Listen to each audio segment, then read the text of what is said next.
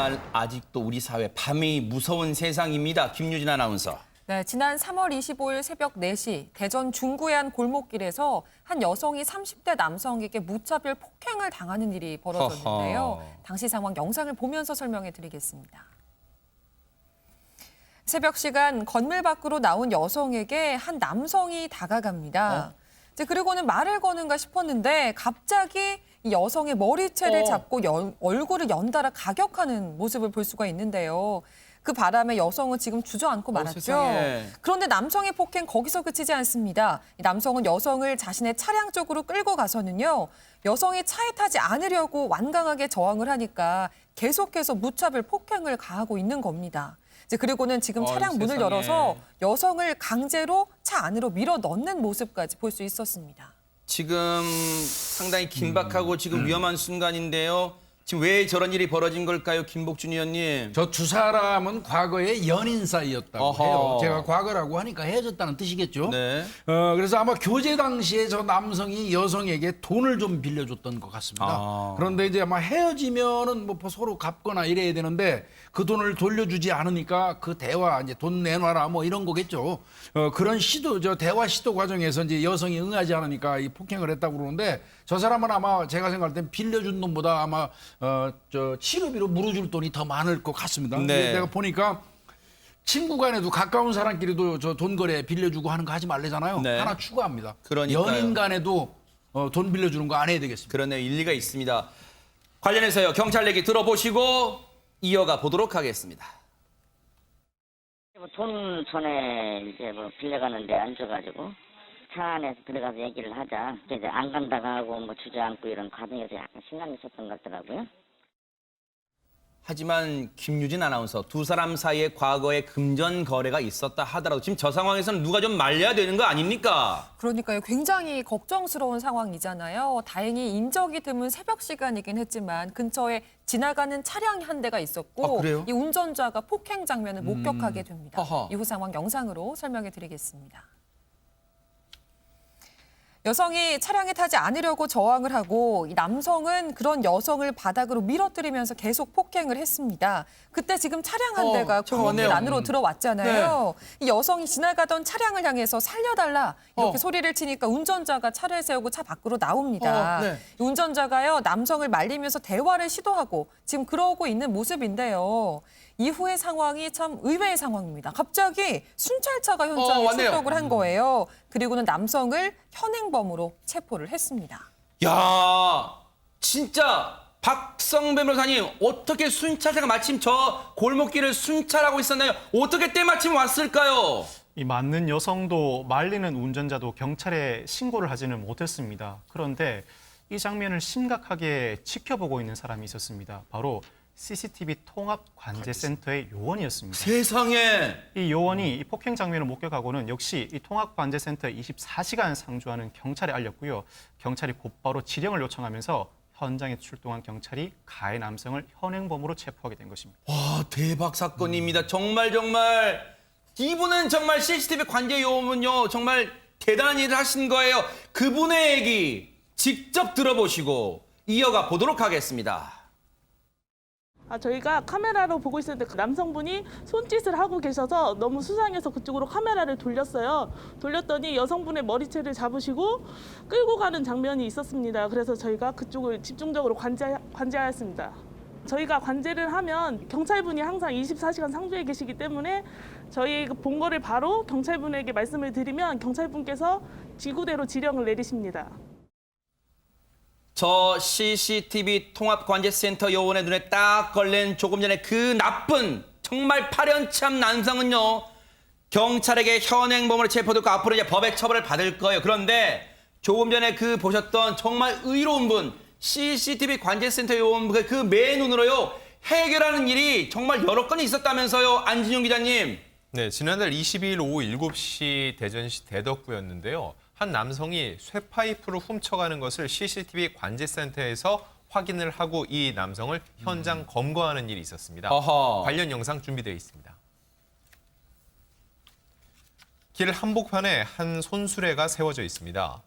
쇠파이프가 마구잡이로 실어져 있는 이 손수레는 사실 지금 CCTV 관제센터로부터 집중 관제를 받고 있는 상황인데요. 그러네요. 카메라가 회전하네. 이리저리 돌아가는 게 보이시죠? 네네네. 네. 이 손수레 때문에 차량 주행도 방해가 되는 상황입니다.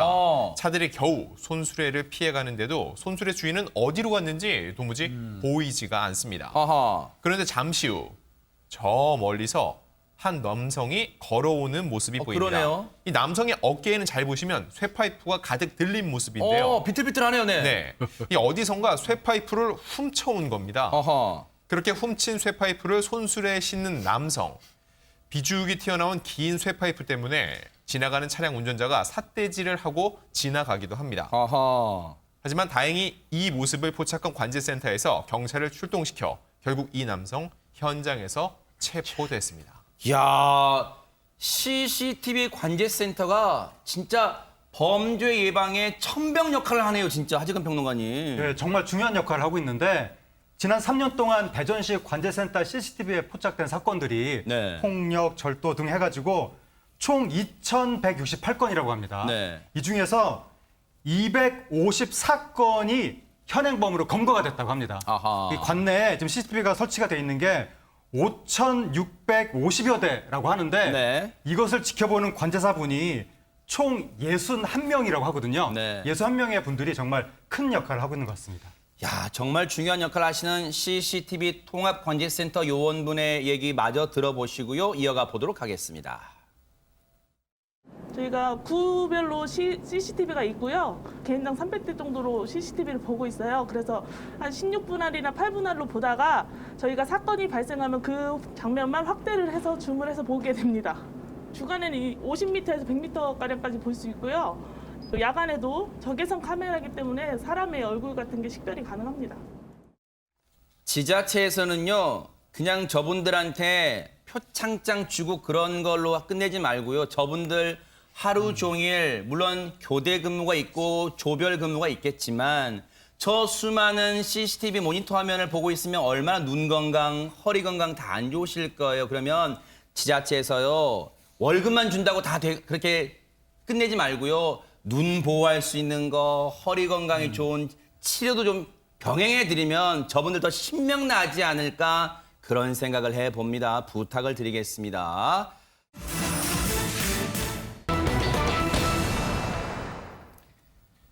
송구합니다. 분위기 바꿔보겠습니다.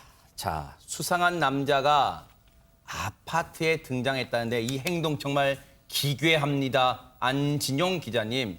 네, 이 수상한 남자 낯선 얘기 아파트들이 탈탈 털렸다고 하는데요. 네네. 지난해 6월부터 지난달까지 대전 중구 일대와 충북 청주 일대 아파트 총 8곳에서 2,500만 원 상당의 현금과 물건이 도난당하는 사건이 잇따라 발생이 됐습니다. 아하. 집주인이 집을 비운 사이에 벌어진 일명 빈집털이 범행이었는데요. 네. 오랜 기간 동안 띄엄띄엄 범행이 지속적으로 발생이 됐습니다. 자, 여기까지만 들으면요. 여기까지만 들으면 그냥 뭐 아파트에서 흔히 있던 뉴스파이터에서 늘 나오던 절도 사건인가 하실 거예요. 그런데 여러분 눈을 크게 뜨고 보셔야 될 이유가 있습니다. 조금 전에 저희가 제목이 중간층 복도에 수상한 남자라 그랬잖아요. 관련 영상 보시면 이 설명을 들어보시기 바랍니다.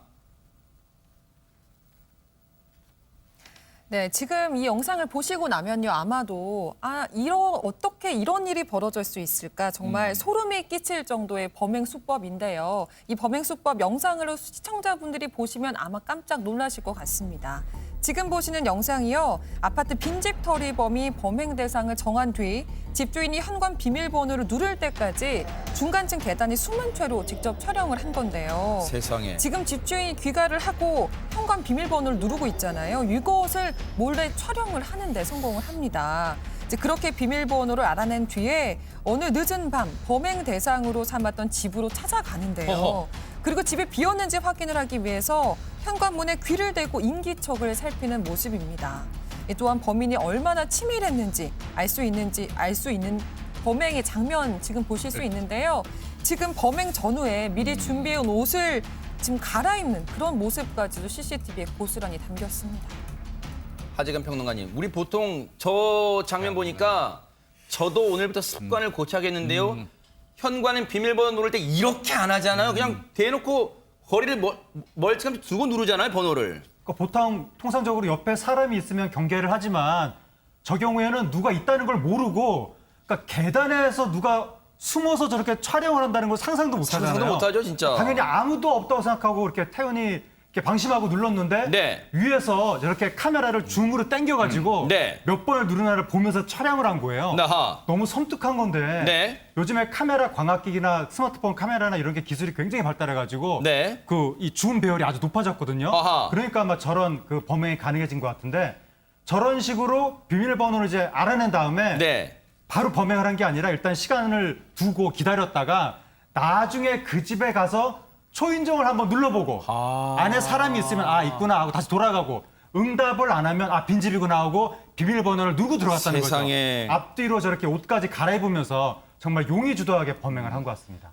비밀번호를 파악하고 그걸 누르고 들어갔으니까 외부 침입 흔적 당연히 없을 테고 그리고 보세요. 지금 기가 찹니다. 미리 준비한 옷으로 갈아입습니다. 김복준 의원님. 예, 아마 저 아파트라든지 저런데 접근할 때는 검정색 옷에 검정색 마스크 쓰고 이동을 하는 거예요. 아하. 그래서 이제 CCTV에 그게 그렇게 찍혀 나오죠.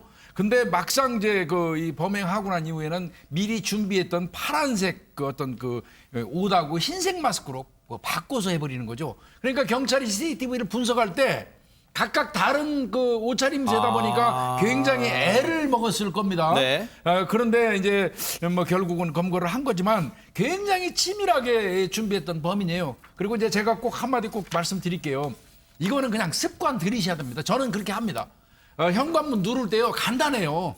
이 손으로요 이렇게 앞에 가려주고 누르세요. 아하. 요 정도만 하고 눌러주면 절대 그 밖에서 내 비밀번호 볼 수 없습니다. 그러네요. 습관을 들이셔야 됩니다. 아하. 예. 그런데 김유진 아나운서 저렇게까지 치밀함을 보이는데 검거됐다고 하니까 천만다행인데 어떻게 검거를 했을까 그것도 궁금합니다. 굉장히 험난한 과정이 있었습니다. 먼저 경찰이 이 사건과 별개로요. 지난달에 한 아파트 단지 안에서 누군가 임산부를 폭행했다는 신고를 접수를 받고 현장으로 세상에. 출동을 하게 되는데요. 근데 현장에 출동을 해봤더니 이미 이 범인은 달아나고 없는 상태였습니다. 아하. 그래서 CCTV를 분석을 해봤는데 이 같은 범인이요. 같은 아파트 다른 라인에도 출입하는 그런 모습을 확인할 수가 있었거든요. 허허. 이것을 경찰은 그냥 지나치지 않고 주변을 수소문한 끝에 동일인의 소행으로 의심이 되는 그런 여러 건의 절도 사건을 확인을 하게 됩니다. 이제 그렇게 결국 상해 사건으로 처음 시작했던 수사가 네. 절도 사건으로 범위가 넓혀지게 됐고요. 네. 결국 피의자를 특정하는 데 성공은 했는데 근데 동선 파악에 굉장히 또 애를 먹었다고 해요. 왜냐하면 이 남성이 일부러 수사에 혼동을 줄 목적이었는지 많은 사람이 모이는 이 대전역 또 중앙로 일대를 일부러 돌아다녔다고 하더라고요. 그러다 보니까 경찰이 이 3일에 걸쳐서 CCTV 120대를 분석하게 됐고 그렇게 어렵게 한 여관촌에서 피의자를 검거하는 데 성공했습니다. 잡고 봤더니 어떤 사람이었습니까? 안진용 기자님. 네, 평소에 여관촌에서 생활을 하던 40대 남성이었는데요. 이렇게 생활하다가 돈이 떨어지면은 또다시 절도 행각을 벌여서 자신의 생활비를 마련해 왔던 것으로 전해졌습니다. 네. 근데 여기서 중요한 게 절도 피해를 넘어서 이 남성이 빈집을 확인하려고 초인종을 눌렀잖아요. 초인종이 사람이 안에 있을 때 모르는 사람이 자꾸 초인종을 누르니까는 불안감이 커져서 몇몇 주민들 같은 경우는요. 현관 문 앞에 CCTV를 설치하는데 굉장한 불안감을 호소했다고 합니다. 정말 죄질이 극히 불량하고 만약에 검거가 안 됐다면 지금 이 순간에도 어디서 저런 짓을 하고 있을 것 같다는 생각도 듭니다. 박성배 변호사님. 경찰은 증거 관계도 확인했고 피의자도 범죄 사실을 모두 인정했다고 합니다. 그러면서 담당 경찰 형사 경력 20년 동안 초범이 이 정도로 치밀한 사례는 처음이라고 하는데 검거가 이번에 됐다 뿐이지 그렇지, 초범이 초범 아닐 아니에요. 가능성이 상당히 높아 보입니다. 단순히 시뮬레이션만으로는 이 정도 범행을 저지르기가 쉽지 않습니다. 경찰은 피의자를 주거침입, 절도, 점유이탈물 횡령, 상해 등의 혐의로 구속하고 오늘 검찰에 송치하는데 침입, 절도 유형인데다 특수한 수법으로 반복적으로 범행을 저질렀습니다. 다른 범죄 사실까지 더해진다면 징역 2년에서 4년 정도가 선고될 것으로 예상됩니다. 행여나 모방 범죄가 일어날까 걱정이고요. 반드시 앞서 김복준 의원님 말씀처럼요. 수고스럽더라도 잠시만 가리는 그 비밀번호 누름이 범죄를 예방할 수 있다는 점 명심하시기 바랍니다. 제목이 심상치 않습니다. 김유진 아나운서 무슨 말일까요? 네, 지난달 경남 진해의 한 상가 주차장 CCTV에 수상한 남성의 움직임이 포착이 됐다고 합니다. 영상 보면서 설명해 드리겠습니다. 회색 SUV 운전석이 열리고 한 남성이 나오는 모습을 볼 수가 있습니다. 이 남성이요, 이후에 주차된 차량 쪽으로 빠르게 다가가는 걸 확인할 수가 있는데요. 지금부터 잘 보셔야 합니다. 이 남성이 분명 이 SUV 차량에서 내렸잖아요. 네. 그런데 이번에는 옆에 있던 흰색 차량의 조수석 문을 지금 여는 모습을 볼 수가 그러네요. 있는 겁니다.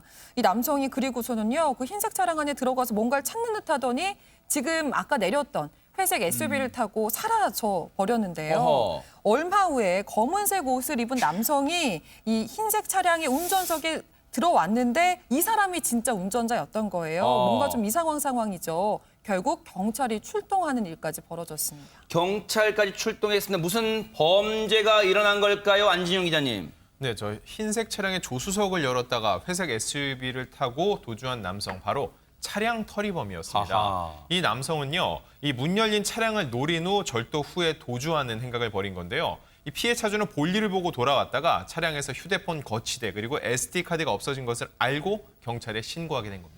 야, 근데 저렇게 CCTV에 고스란히 포착됐으니 잡히는 건 시간 문제였을 것 같습니다. 뭐 일견 그렇게 생각하시죠. CCTV에 얼굴이 어느 정도 나오면 저 사람은 뭐 금방 검거가 되겠다 이렇게 생각하실 수 있는데요. 네. 나오고도 지금까지도 못 잡는 사람이 많거든요. 그래요? 예, 그렇게 쉬운 거는 아니고요. 더더군다나 저 CCTV 동영상 자체가 상당히 흐리네요. 그러네요. 그러다 보니까 저 사람이 이용했던 차량의 이 그 번호판 식별이 불가했던 것 같아요. 아하. 그래서 경찰이 애를 먹은 것 같고 단지 저기서도 이제 건진 건 있어요. 용의자의 인상착의는 그러네요. 확실히 아하. 경찰들이 받고요. 네. 차종 나왔잖아요. 아하. 이제 추적하면 됩니다. 수사가 그럼 난항에 빠졌을 것 같은데 검거하는데 애를 정말 먹었을 것 같습니다. 하재근 평론가님. 그런데 한 경찰이 바로 이 범인의 덜미를 잡았습니다. 예상치 않은 곳에서 그 사건이 벌어졌는데 관련 영상이 있습니다. 한번 네. 보시죠. 여기 보시면 이제 한 경찰이 주간 근무를 끝내고 마트 문구 코너에 간 겁니다. 네. 갔는데 뭔가 어디서 본 듯한 사람을 그것도 본 거예요. 네. 저 사람을 내가 어디서 봤지 하면서 휴대폰을 확인을 해보는 건데 방금 보신 영상 속에 바로 그 차량 터리범이라는 이제 그 직감이 온 거죠. 아하. 그래가지고 지금 저 휴대폰을 확인하고 있는 건데 네. 그래서 마주친 사람을 계속해서 이제 주시를 하면서 네. 그 사람이 맞나? 약간 긴가민가 하잖아요. 네. 근데 그 사람의 차량까지 쫓아가서 보고 아, 저 회색 SUV 그 사람이 맞구나라고 판단을 내려서 네. 그 지구대 단체 대회방에 이 상황을 알린 다음에 네. 용의자가 회색 SUV에 탑승하는 저 모습까지 야. 확인을 하고 이제 최종적으로 확신을 내린 겁니다. 자, 저 경찰 얘기 들어보시고 이어가 보도록 하겠습니다. 특징점이 있었기 때문에 눈에 잘 들어왔었어요. 범행할 때 입었던 점퍼를 같은 걸 입었었어요. 등에 무늬가 있어요. 그게 탁 눈에 들어오더라고요. 그래서 제가 관심을 갖고 사진을 꺼내서 보니까 얼굴까지 비슷하더라고요. 체형도 그렇고. 게다가 제가 이제 왔을 때 주차장에 차까지 비슷한 차가 있으니까 그 차를 타면 100% 아니겠습니까? 그래서 제가 이제 앞에서 지켜보고 있는데 그 차까지 타더라고요. 그때. 근데 경찰이 일반적으로 인상착의만 보고 알아챈다는 게 쉬운 건가요? 아니 많이 보기 때문에 가능한 겁니다. 아. 더더군다나 직원들끼리는 그 SNS에 그 저 동영상을 공유를 해요. 아, 그래요? 그러니까 시간 나는 대로 보게 되고요. 네. 뭐 특징점을 봐가지고 이제 이렇게 확인하는 건데 거기에다가 뒷받침하는 거 있잖아요. 빨간. 차종이 있잖아요. 아. 네, 그래서 뭐 딱 맞아 떨어진 거로 보입니다. 네. 예. 사명감 없이는 정말 이뤄낼 수 없었을 것 같아요. 비번인데도 저렇게 자신의 사명을 다했던 경찰분께 저희가 감사의 박수를 보내드립니다.